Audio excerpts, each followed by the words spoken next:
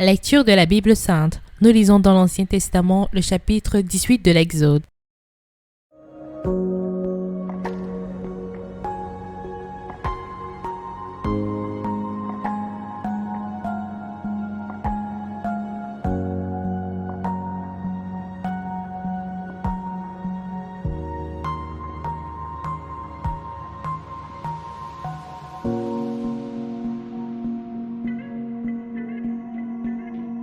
Jéthro, sacrificateur de Madian, beau-père de Moïse, apprit tout ce que Dieu avait fait en faveur de Moïse et d'Israël, son peuple. Il apprit que l'Éternel avait fait sortir d'Israël d'Égypte.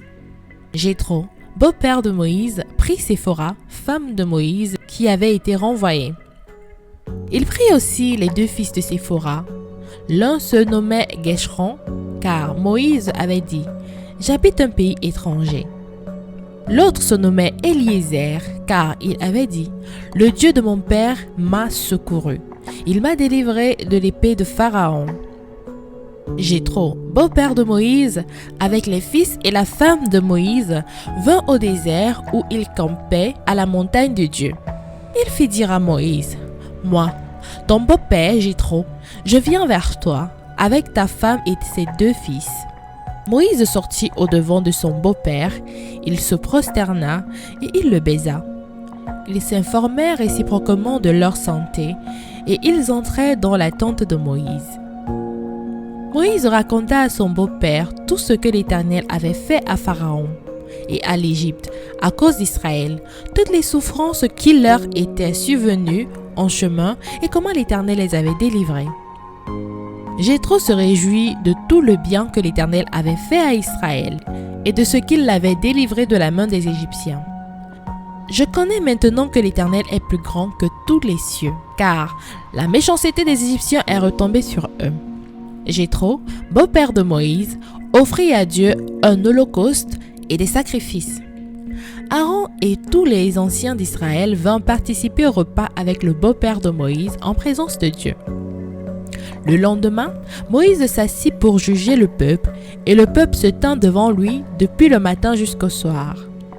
Le beau-père de Moïse vit tout ce qu'il faisait pour le peuple, et il dit « Que fais-tu là avec ce peuple? Pourquoi sièges-tu seul? Et tout le peuple se tient-il devant toi, depuis le matin jusqu'au soir ?» Moïse répondit à son beau-père « C'est que le peuple vient à moi pour consulter Dieu.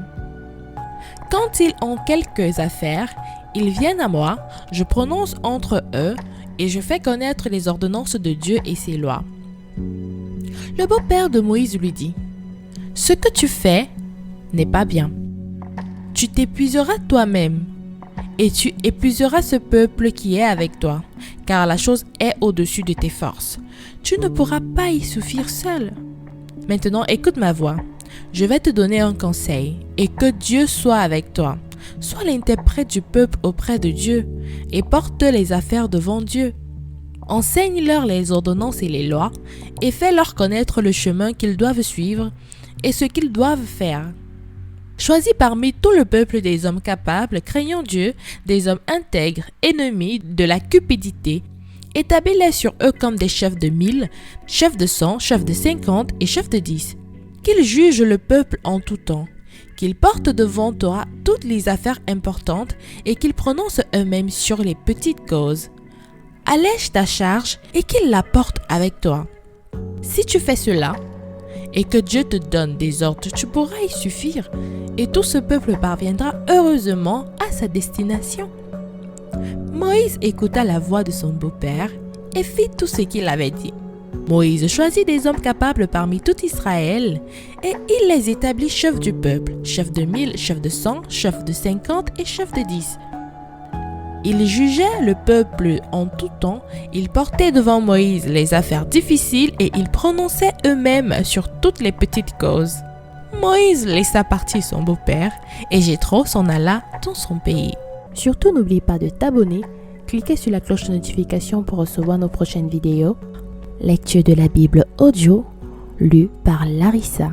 Dis-moi en commentaire le passage que tu préfères et que nous puissions la méditer ensemble. Que Dieu te bénisse.